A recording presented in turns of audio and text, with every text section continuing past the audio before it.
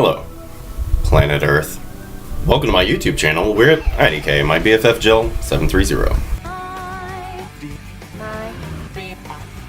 Jill 730. I am Preston L. Young, wishing you warm salutations and congratulations as always. You've made your way to the Buffyngton Post. You are invited. So today I'm here to talk about, like a week late, The Leftovers, Season 3, Episode 6. It's certified. Exactly. I'm sorry about all of this, but this is the face that I wear when I don't care. But this is the shirt I wear when I talk about how Laurie killed herself. Because I was watching the episode and I saw that she had this like maroon turtleneck. I said, oh dude, I just bought one of those like 2 weeks ago. So I know what I'm wearing for my review. And then she died, so I kinda had to. Anyway, so here we go. The time has come. Through early morning fog I see visions of the things to be, the pains that are withheld for me. I realize and I can see that suicide is painless. It brings on many changes, and I can take or leave it if I please. So late last week I had watched this AOL build series video about Amy Brenneman and talking about, the final episodes of The Leftovers, and they kind of alluded to the fact that this episode was going to explain how Laurie came into the GR. So I was excited for that, and when I came in and it opened with her and the young mother from episode 1, I was like, okay, where are we going with this? And I like that what Laurie kind of came to grips with. I mean, obviously, like, the GR are outside of her office, and she knows that they are. And it's obviously, or it seems to have become kind of a regular thing. And so here she is, and she's in the middle of, her session, and she's saying, I'm qualified to tell people how to deal with loss because there's a body there that they've lost and haven't lost, right? And so there's this whole science around helping people get through certain things. There's no science around the departure. There is no science around how to explain what happens, and there's no science around the therapy of it yet. There's nothing concrete. There's nothing there. There's no body, right? And so she's kind of like realizing that she can't help anybody else any more than she can help herself, because her world is so kind of sterile and scientific, and she thinks of things in very pragmatic and practical ways, and here's this thing that literally cannot be explained. And so who is she to try and tell people how to deal with it, because it's unprecedented? And so when she was taking all of her pills, I thought, no, she's gonna catch herself. Laurie is a character who catches herself. And then I thought, oh, well, this is getting pretty bad, And I was like, maybe somebody in the GR, breaks in and helps her? And I was like, that doesn't really seem like the GR. And then, whoop-de-doo, she up and, takes the Epicac or whatever. And I was like, yes, Laurie catches herself. She is a character who will think for a second. But, I mean, she did think to commit suicide. And that's kind of what I was taking away from this episode overall. We have Laurie going into the GR, which is kind of this, we saw with, I think her name was Susan last season, an off-ramp, the one who kind of, ran off the off-ramp, right? She was just trying to kill herself, and I feel like the GR is just kind of keeping people from killing themselves for a time. It's not really helping anybody. And of course, Laurie's talked about, oh, I joined a cult. It's a whole thing, blah, blah, blah. It's fine. But it really doesn't, stop these people from killing themselves. Look what happened to Meg. You know what I'm saying? She pretty much was asking for something to happen to her. And that's what this whole show is about. I talked about it with Nora and her laying in this kind of coffin of packing peanuts a few episodes ago, and I was saying, she wants to kill herself, but she won't, because Kevin wants to kill himself, and he will, because And here we have Laurie, and throughout this episode, she's dealing with Nora and her crazy hunt for these, like, lesbian scientists or whatever, and sure, like, this thing might be real, right? But the thing is, this thing that's real is something that Nora wants to kill her. She wants this thing to take her out of this world, one way or the other. And when we get to Kevin, after we deal with, like, Grace and this whole story about, you know, how her kids' shoes were gone. Like, that didn't make a shit ton of sense. And, you know, Mary from the Living Reminders, if you don't listen to the Living Reminders, I don't know what's wrong with you, but she was thinking when Grace first showed up that she murdered her kids because all the kids wouldn't just be there. They would have to keep moving and come back for the bodies eventually. And I'm kind of, like, leaning toward that. I think Grace maybe is, like, super crazy. That's why she hasn't gone to the cops. That's why she drowned this guy in the first place. And I think maybe she, like, after her husband's departure, just, like, snapped and killed all of her kids, but couldn't get rid of the shoes for some reason, for, like, sentimental. I don't know. It's weird. Super weird. But anyway, so after that, and she poisons, you know, everybody, which is this whole other thing, Kevin literally comes riding up on this horse. He's riding up on his horse after his, like, walkabout or whatever. And she just is kind of like, fuck me, like, this dude's riding up on a horse. And they talk about the shit. She tells him about her pregnancy, and he tells her about how, you know, he's gonna go and kill himself. But he has these super reasons for wanting to kill himself. He knows exactly what he's trying to do by killing himself, or at least these are the excuses that he's making for it.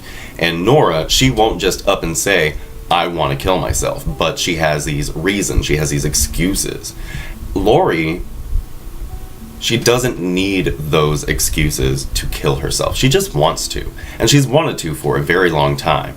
And she's looking around and saying, well, shit, I'm not the only one, like, everybody wants to do this. Why should I have to have some super reason or belief or faith that's driving me toward wanting to kill myself? I just want to. And, you know, suicide, like I said, it's been this underlying theme. We have all of these people who may or may not just want to die. Just get fucking out of here. Kevin says nobody wants to feel better. We all want to explode, you know? That's what this is about. Like, Laurie wants to explode, but, you know, she's left the GR. That's not what she's going to explode over. She's going to explode over the thing of living in this world. Like, sometimes it's fucking hard. Like, sometimes, some days, the hardest thing you can do is, like, get out of bed in the morning and go and live in this world. Like, it's a fucked up place without the departure. Now, add the departure to that, question marks everywhere, and you've got people who don't understand what the point in living is and who can't really figure it out, or simply won't. And I found in this episode the relationship between John and Laurie. I'm sitting here thinking, if you would just communicate what you're thinking, she'll still love you, probably. She'll still, like, have love for you because you're you. Like, you fell in love and married one another, in theory. Like, I mean, it did super come out of nowhere, but it's like, why is he hiding all of this from her? And I found it really interesting that she had her wedding ring on when she went under, because, you know, they did have this life together. It's like, she would have accepted him, but he didn't let her in. And that's kind of where Kevin was. And maybe that's kind of, you know, bottling up and making an excuse. But I really feel like Laurie, she loved about life the things that you should love, but she didn't want to live it. You know, when she has the conversation with Jill and Tommy. And, you know, I've never really been a fan of Tommy. I've never really too much cared for him, like, either way. Like, he's fine, but Jill, I really enjoyed Jill, and I've been missing her. And I'm glad that we at least got this much of her. I don't know if we'll actually see her again. I would hope that we did, because I like that relationship between her and Kevin Sr. But I saw that moment and I thought, well, her kids are fine. On top of the fact that she's fine with leaving, her kids are fine and they have each other, which is, you know, the whole point of having siblings is to, like, have each other. And so I just thought, when she went out not because of something weighing on her. It was that she just didn't want to be here, and she hadn't wanted to be here for a long time. And she just took her lumps. She did what she wanted, and she didn't have to make an excuse for it. And the thing about it is, there is no body. Like, in the world that we live in today, we have this rule in our head that nobody is dead on television or in cinema in general until we see a dead body. But the fact of the matter is, The Leftovers is all about there not being a body, and people are still gone. The absence of a body doesn't mean anything in the world of The Leftovers. And so when Laurie flips over at the very end of the episode, there's no body to be found, but we know she's gone. And that's what this is all about. Like, this is what this whole episode is really coming down to. You think you know how to read television. You think you know how to perceive your world. But at the end of the day, there might not be a body, but they are still gone. And you have to deal with that one way or another. And this moment really illustrated that perfectly, because the world that we live in, we think, oh, I didn't see the body. And like, for me, when all was said and done and somebody had to go and look at my father's facial hair to make sure that it was the way that we wanted it trimmed, when I saw his dead body lying there, just me and him and this mortician guy, I knew that he was gone. This body meant something to me. And yet, the body doesn't mean anything, because sure, there's a body, but my father is still gone. And that's the world that The Leftovers are in. And this show is so much about grief, and it seems to be about grief. But the selling point that I always try to give to people is that it's about hope. At the end of season 1, we have Kevin and Jill coming together, and they're all together as a family, and we have Nora finding this new baby, this new hope. Everyone has gone on their journey, and they found that there are still reasons to be here. And you have in season 2, everyone going on their own journeys, Kevin dying and come back to life twice. You have these moments where at the very end, it all comes down to Kevin walking in, and his whole family is around him, and there is hope. There is life there. And The Leftovers is about grief, and it's about grieving, but it's about hope. By the end of episode 8, I won't have felt all the loss. I'll have felt everything that we've gained. And what Laurie does in this episode is she gives herself something. She gains something. She has self-assurance. Maybe it is crazy to go and want to kill yourself, but she has the upper hand of saying, I know that I just want to kill myself, and I don't have to ascribe anything else to it. I just don't want to be here anymore. And I really liked Certified. It was great. I thought it was beautiful. I cried. I kind of felt like the last 5 minutes of the episode. As soon as I realized what she was doing, I saw her on the boat in the scuba suit. I was just like, oh, my life. But I like Laurie, and she's got some problems, but I've always, in spite of the fact that we're watching Kevin go through his experience, having Laurie there to say, yeah, it's an experience, and you're not alone, but this might not be what it is, you know what I mean? Like, she can say, that's a little crazy, you know? And even though we are experiencing all of that with Kevin, we have to take it all with a grain of salt because of Laurie. And I feel like Laurie not being there is really going to just open these people up to their craziest crazy. I am glad to see, Matt and Nora back together.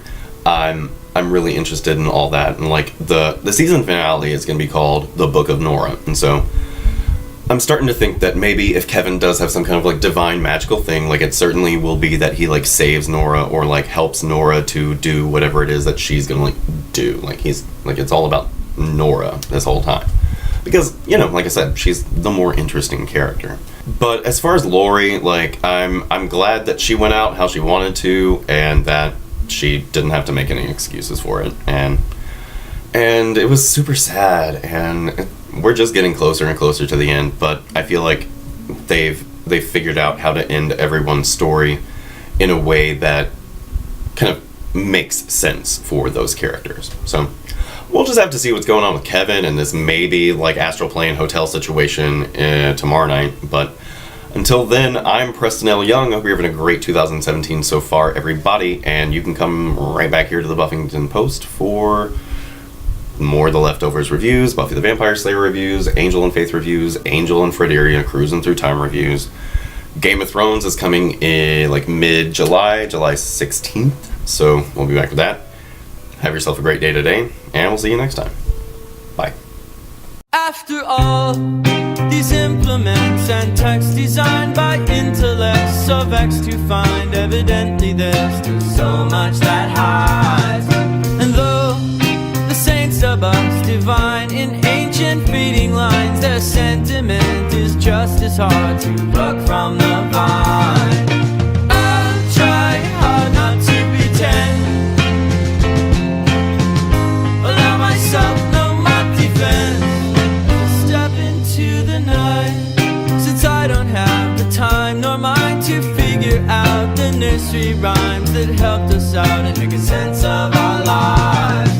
The cruel, uneventful state of apathy releases me. I value them, but I won't cry every time one's wiped out. My BFF Joe 730.